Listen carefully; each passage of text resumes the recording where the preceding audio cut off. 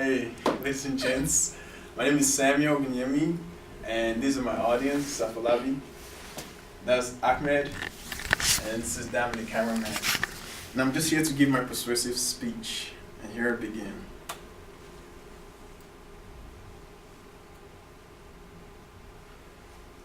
Okay. I've begun to realize that you can listen to silence and learn from it, for it has a quality and a dimension all its own. This quote by Chan Potak really enlightens us about silence. For you see, many fear silence, others they dislike it, others embrace it, and others they just care less about it. Well, the issue of silence and what to use during that moment of silence, there's been a controversial topic for many decades. There have been debates about it. And it brings a certain level of discomfort once this issue is brought up. And let me explain. If one wants to bring up the issue of using silence as a prayer time, what feelings would that bring up? For me, it would not be the feeling of the awe that you get from this little child praying, but instead I would be curious as to the reason why they bring it up, and also I'd be a little bit uncomfortable because it may cause some clashes between people of opposing religion. Well, the venture away from using or having a moment of silence has caused decrease in productivity in organizations as well as individuals. It's also reduced the well-being and the health of individuals. And so here, I will talk to you about the importance of the moment of silence, as well as the benefits of this moment for organizations as well as individuals. So before going on, let's explore this case, Engel versus Vital, in 1962.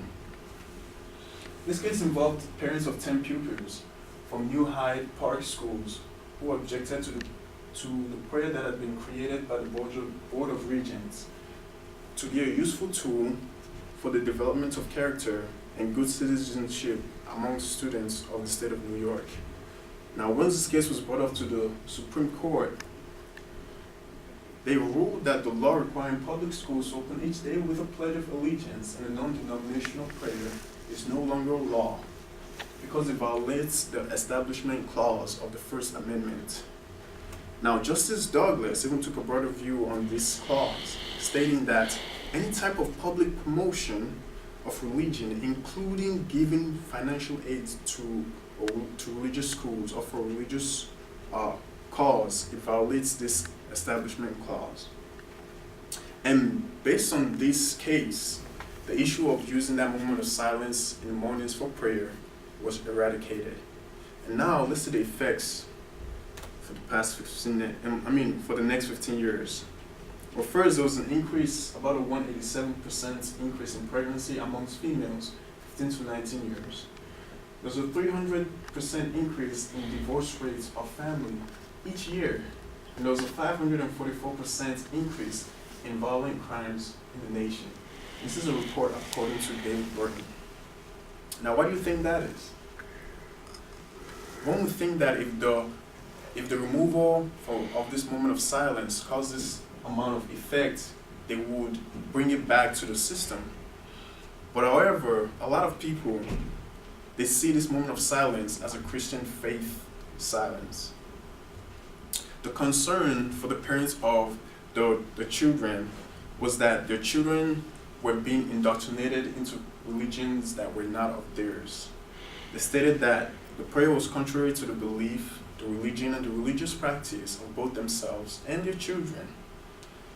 And the reason, and it makes a lot of sense, the reason is because every morning, every children of the school, regardless of what faith or what race you came from, every student is required to say this prayer. Almighty God, we acknowledge our dependence upon Thee, and we beg Thy blessings upon us, our parents, and our teachers, and our country. This, in essence, is forcing religion onto people. For you see, a sense of freedom is needed in cases such as these, where children are not forced to be one-sided in one religion. And in essence, that's why the moment of silence is really, really, really important. For silence speaks out loud. And it is during this silence that people are able to reflect, they're able to plan, to meditate, to pray, to appreciate, to connect with the mind, soul, and body, which in turn causes the individuals to explore themselves in the essence of being.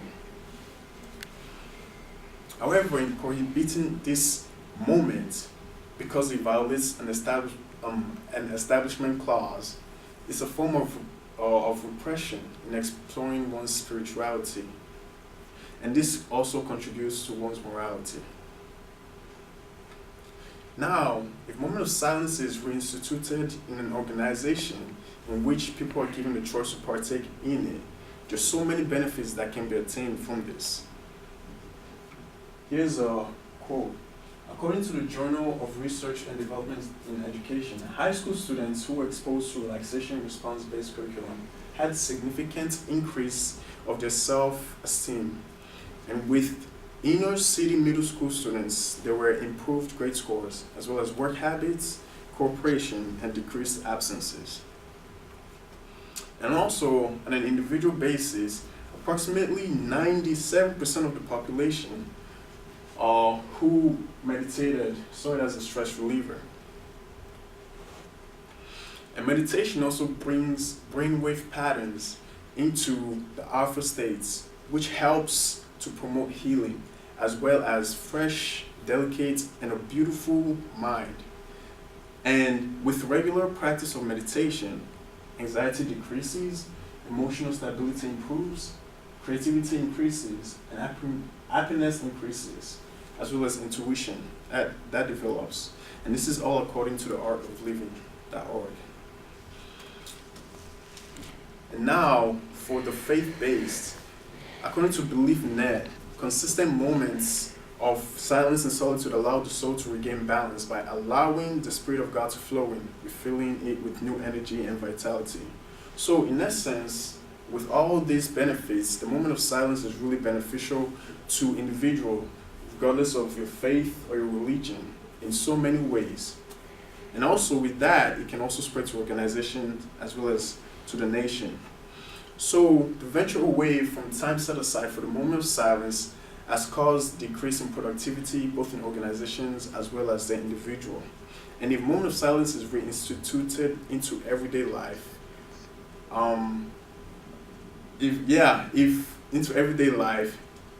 everything else can be accomplished in terms of well-being and health. So I've spoken to you about the moment of silence, the benefits of it for organizations as well as individuals. So with that, here's my audience, Flabi, Ahmed, and the cameraman.